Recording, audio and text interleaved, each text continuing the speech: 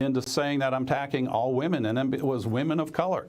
This was strictly policy, and those policies are bad for this nation. I mean, do you think it's right, or I'm going to ask the American people, do you think it's right to advocate shoplifting instead of going to your representative and getting help and assistance, whether it's food stamps? And I've been on food stamps, to me, and I think I talked about that.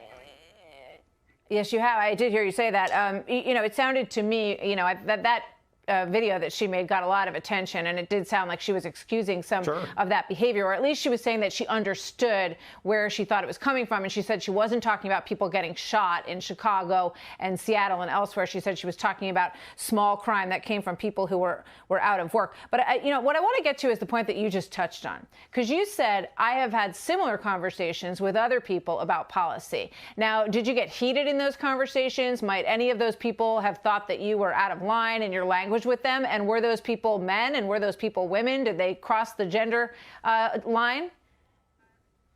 Sure. I've had conversations with Ro Khanna, Terry Sewell, Luis Gutierrez on several things. And we don't always walk away agreeing, but we always wind up, it seems like afterwards, laughing about things. And, we're going to disagree on that, but we're always amicable. And, so I'm there to solve problems. Really laying down the gender card here. We've got so many problems in this country. Well, here's part of her speech, which got a lot of attention. Let's play that, because I want to get you to react to this. Sure. This harm that Mr. Yoho tried to levy against me was not just an incident directed at me. But when you do that to any woman, what Mr. Yoho did was give permission to other men to do that to his daughters. What do you think about that? She's entitled to her opinion. That is nothing to do with our conversation. It was strictly about her policies. And, I went to the southwest border the week after she left. I went into the same cell she was in, where she said children were being snatched away from their parents, and the detainees were made to drink out of the toilet, and she was cussing in front of the workers there. And when I found out, they said, this is the drinking fountain, this is this, and so this has been a history of what she's doing, and it's identity politics, and I don't play that. And, I've got a pretty good reputation, whether it's up there or down here in my district. I've practiced for almost 30 years.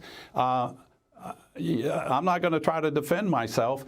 I feel bad for Miss Ocasio-Cortez, who thinks this was, I called her these names. I did not call her these names. This was strictly on policy. And then again, I've been quiet about this. I'm not, I'm not worried about this. I'm not asking anybody to defend me. I'm not going on YouTube. I'm not out in front of the Capitol playing whatever that boss something. I don't listen to that music.